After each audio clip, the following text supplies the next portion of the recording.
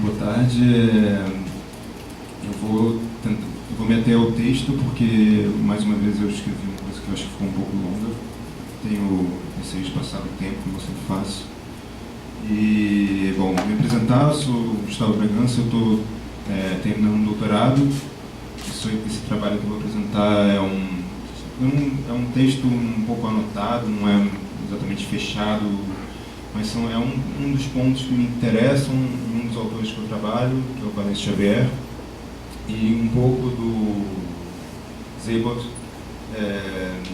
Eu não trouxe imagens para colocar, eu não tive tempo de preparar isso, mas o trabalho é um pouco passa por uma descrição dessas imagens. Eu acho que pode ser um trabalho interessante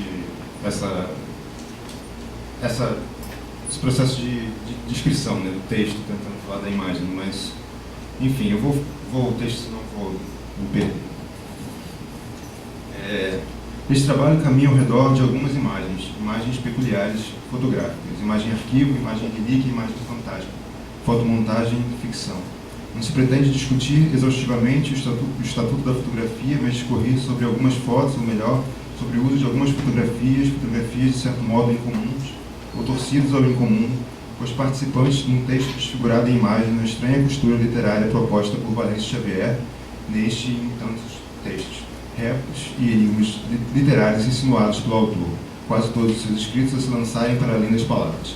Pretende-se pôr em questão não apenas a presença de tais imagens enquanto fotográficas, o que sim já implica uma reflexão e uma investigação sobre o que supõe e impõe uma fotografia, sobre o que afinal reconhecemos como fotografia, mas o que estas imagens representam na particular construção narrativa de Valence Xavier enquanto figuração de uma vista parcial do mundo, por assim dizer, isto é, a fotografia em seu caráter assombrosamente icônico e ao mesmo tempo, enquanto índice ou vestígio do mundo, traço material de uma fatia espaço-temporal do mundo contido ao momento da impressão fotônica do registro material. A prova imperfeita de que algo, seja o que for que tenha estado à frente da objetiva no momento do disparo, existiu no corte exato do registro fotográfico, mesmo que se trate de uma farsa ou de uma fantasia infante, travessura ou ficção. De certo modo, a questão axial que me moverá neste estudo breve poderá circular no contraste ou contraponto entre um tempo narrativo, fundado sobre um passado figurado nas imagens do mito, das narrativas tradicionais e da cronologia da história, e um tempo do índice, o tempo do registro, da marca, da ferida, que caminha ao passado pela distância crescente que há entre a marca em si, ou seu rastro de cicatriz, e aquilo que a fez marca e que resiste em rastro nesse contato afetivo material. Embora o efetivo centro da curta investigação esteja ou devesse estar na difícil relação, ainda que eventualmente frutífera, entre a fotografia e a imaginação ou a fantasia, carregando fantasia o duplo sentido que a compreende não somente como invenção imaginária onírica, mas também como máscara, disfarce, vestimenta de brincadeira, baile ou ilusão. Entre a representação supostamente objetiva e indiferente ou desinteressada da fotografia e a ficção, posta esta usualmente contra a realidade, mesmo quando disposta acima desta. Eu sou muito ruim de ler e olhar, tentando uma técnica, nunca consegui desenvolver isso. Quero partir da afirmação da imagem fotográfica, reverberando Jean-Marie Schaeffer, ainda que sem levar em conta toda a sua argumentação e seus conceitos, como imagem precária, com isto posto, supor, por princípio orientador, que a precariedade da fotografia reside justamente no ambiente de sua peculiaridade. A fotografia, se nos sugere uma janela mágica para o mundo, ou a possibilidade de apreensão surreal, talvez, de uma parcela deste mundo, num estranho relicário ou museu, pode também ser fonte de engodo, pode enganar e se enganar, pode mentir, ou, noutros termos, pode ser uma estranha prova de que a representação, qualquer representação, mesmo mais realista e arraigada nas coisas como são do mundo, mesmo se inscrita no mundo, imaculada por este em sua materialidade chã, funda-se num desconcerto, numa sincronia, numa distância, sem a qual não há nenhuma representação. E em tal lacuna pode-se infiltrar positivamente ou negativamente a distorção, o fingimento e até mesmo a mentira. Sobre isso, é evidente, o discurso cinematográfico, ainda que com suas particularidades, poderia bem nos dizer algo a respeito, ou demonstrá-lo com grande propriedade. De certo modo, o cinema, aquele cinema que se estabelece através de uma imagem cinefotográfica, entre aspas, E se incluirmos as imagens animadas por diversas técnicas ou a possibilidade da imagem estática, ainda que durável, que são longos minutos em tela negra ou um filme inteiro em cor azul, me refiro ao filme Blue, de Derek Jarman, perceberemos que o cinema não é dependente da matriz fotográfica, embora por ela encontre o seu caminho de ascensão e estabelecimento de sua linguagem. A arte cinematográfica, desde os primórdios de sua experimentação, logo percebe esta falha intrínseca à imagem raiz que alimenta, e por este espaço de liberdade inventiva, esta lacuna da objetividade pretensiosa, penetra-se a criar no jogo cênico e no pacto com o espectador, induzido a acompanhá-lo, novos mundos ao infinito. Mas há momentos em que há desconcerto e em que há desconforto na relação entre o mundo e sua imaginação cinematográfica, sobretudo no ambiente do documentário.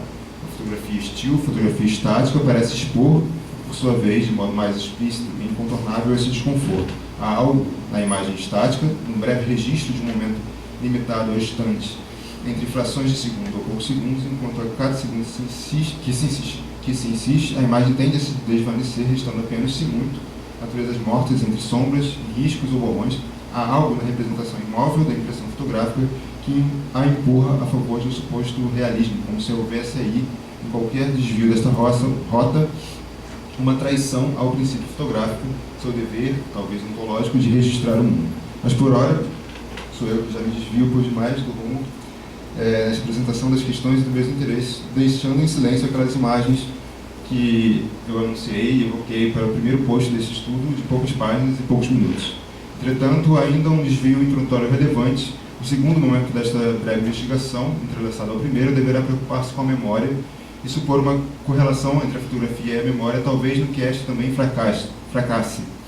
Isto é, evidentemente, se a compreendermos a memória como uma estranha, ou melhor, intensamente íntima forma de representação de si e do mundo a partir de si, também localizada como a fotografia entre o índice, a ferida, a marca, que está o trauma, e a figuração. Neste caso, para além da estritamente visual, quando também recordamos intensamente cheiros, gostos, texturas e mesmo sentimentos outros, porventura imateriais, clínicos. Quero, ao menos por hora, compreender a memória como um modo de autorrepresentação incontornavelmente falhado de si no mundo, falhado, sobretudo por estar num lugar por demais íntimo, por demais colado ao corpo memorial feito, este corpo parte do mundo e o mundo parte deste corpo. E nesta intensa proximidade pode-se encontrar não apenas a sinceridade que se aguardaria por esta intimidade, mas fantasmas, monstros e outros seres da imaginação. Se me adianto ou me perco, talvez seja o caso de recuar. Agora sim, chegar ao texto do Valente Xavier. Sigamos as imagens e ao texto. Entre as imagens de minha mãe morrendo, é um dos textos entre imagens e palavras do Valente Xavier, mais me interessa ultimamente.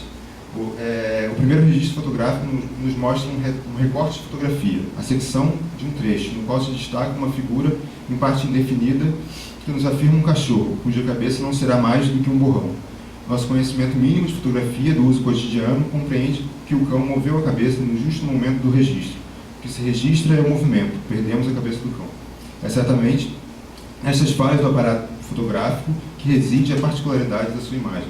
É em sua precariedade que uma fotografia distingue-se de uma mera representação icônica realista. É nos seus limites, onde se expõe como aparato fotográfico limitado e não ferramenta mágica de tomada do mundo, que ela se apresenta distinta, pois no erro está a inscrição vívida do índice do tempo. É no movimento borrão da cabeça do cão que lemos a imagem como rastro de um instante limitado no tempo, de uma irrepetível configuração espaço-temporal, ali representado parcialmente sob certas condições técnicas e contextuais que também se escrevem na imagem.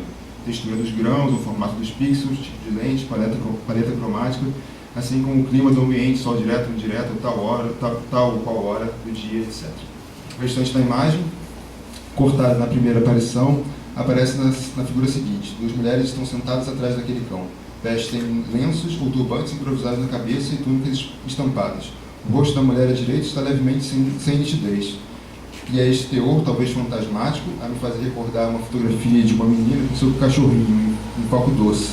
Justamente justaposta a descrição de fantasmas como pessoas normais que, vistas de perto, revelariam contornos borrados e tremeluzentes, conforme daí o W.G. Seibels.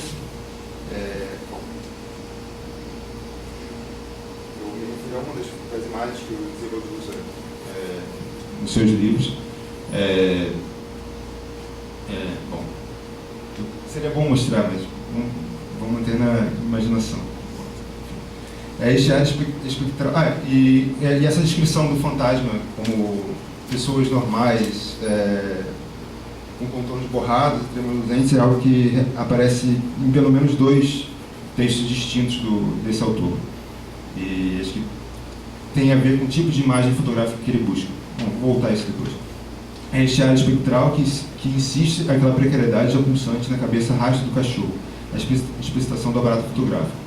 Mas o que nos intrigará desde aí, nas fotos seguintes, serão as roupas, fantasias, o gesto de travestir-se em outros captado pela câmera, mas ainda, a não ser pelo texto que nos diz que se trata, abre aspas, cito, da minha mãe Maria, ao lado da outra Maria, a Mareinha, de odaliscos ciganos vestidos, fecha citação, na primeira fotografia, nada nos afirma rigorosamente que estamos diante de mulheres fantasiadas. A quarta fotografia, no entanto, nos expõe a brincadeira quando as mesmas mulheres, no mesmo cenário, já aparecem com outras roupas a posar numa cena fingida de leitura de cartas de tarô. Maria, mãe, continua levemente desfocada, foco doce, fantasmada, enquanto o texto nos conta que ela morreu quando tinha 13 anos e que acho que a foto foi tirada numa fazendola no Rio Grande do Sul. Eu citei essas coisas. A fotografia seguinte nos aprofunda na encenação diante da objetiva. Abre aspas, minha mãe, virgem, vestida de noiva, ao lado do falso marido, Marinha travestida e convidados inventados, em trajes de gala. A imagem nos mostra um grupo posando em frente a uma cerca com árvores ao fundo, todos explicitamente fantasiados. A mãe e a Marinha ao centro, noivo e noivo, o noivo fingindo ser anão, todos estranhamente sérios. Não sei se já era tempo de sorrir para fotografias, nem sempre foi assim. Na fotografia que se segue, poucas páginas depois, a mãe já não aparece. A imagem, enfim, nos mostra, o texto nos afirma mostrar, o autor ainda é criança.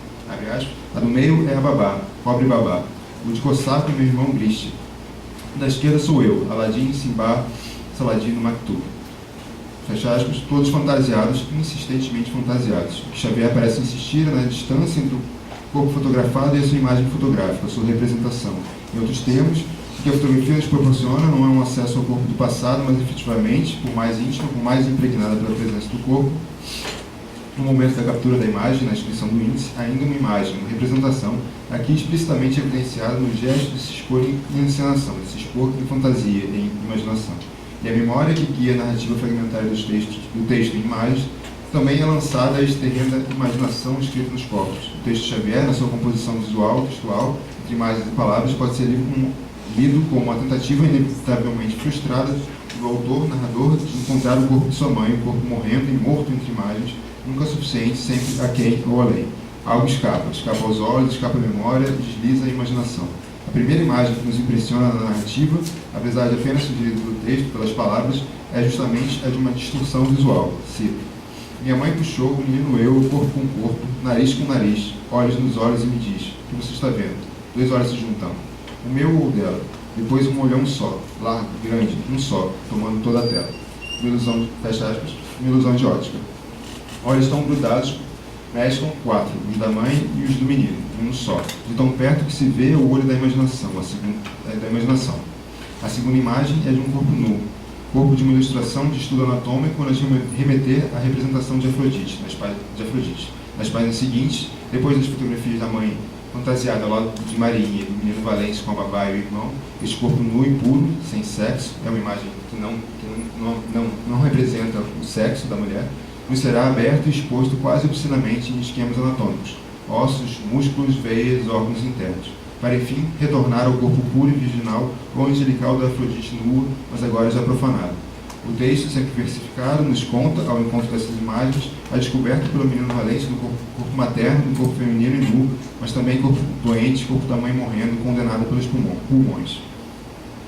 O menino vê o corpo nu de sua mãe, abre aspas, corpo grande, firme, branco, que nem folhas de papel, sem pelos nos braços, nas coxas lisas, mais brancas, mais lisas, ainda que os azulejos, água transparente, alfombra, na branca banheira branca, flutuantes cabelos soltos longos, ruivos, quase ruivos, mancha ruiva imóvel, no meio das coxas, quase ruivos, os não rosos mamilos, minha mãe nunca me amou.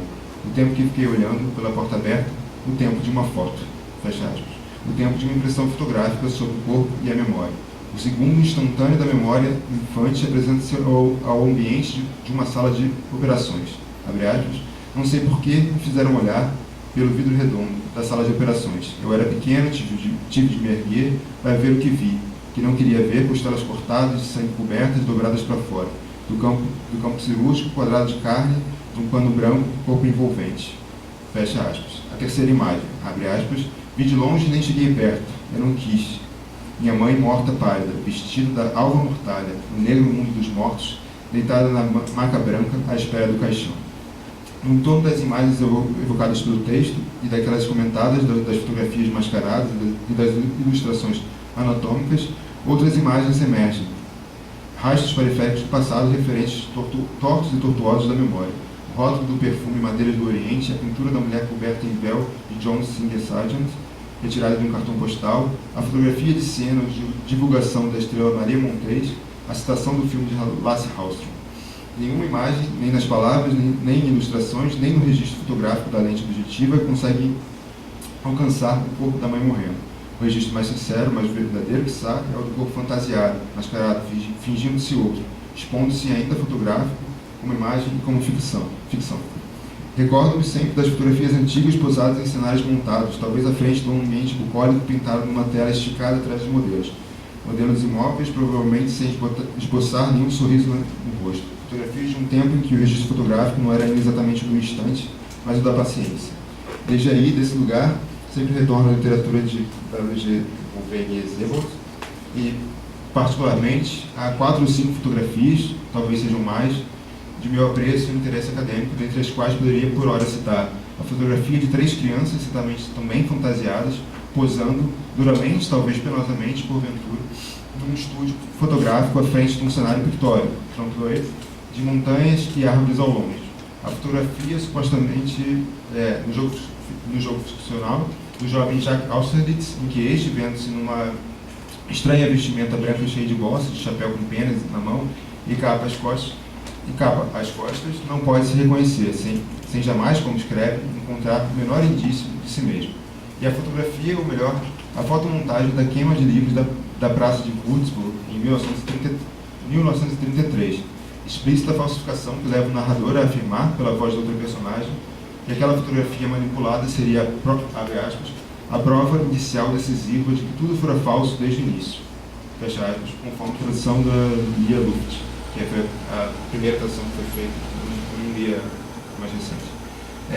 Imagem esta, última, que me remete, afinal, a uma outra fotografia impressa na obra de outro autor de outra arte. Recordo-me da fotografia de Vladek, pai de Art Spiegelman, Art Spiegelman é cartunista, impressa nas últimas páginas de Maus, narrativa memorial de um sobrevivente dos campos de concentração. Nessa fotografia, o pai surge, depois de sua libertação do campo, bem disposto e arrumado, vestido como um interno de Auschwitz, com um uniforme listrado dos prisioneiros, enquanto a narrativa nos esclarece que Vladek entrara no estudo fotográfico e fizera a foto como uma espécie de desconfortável souvenir.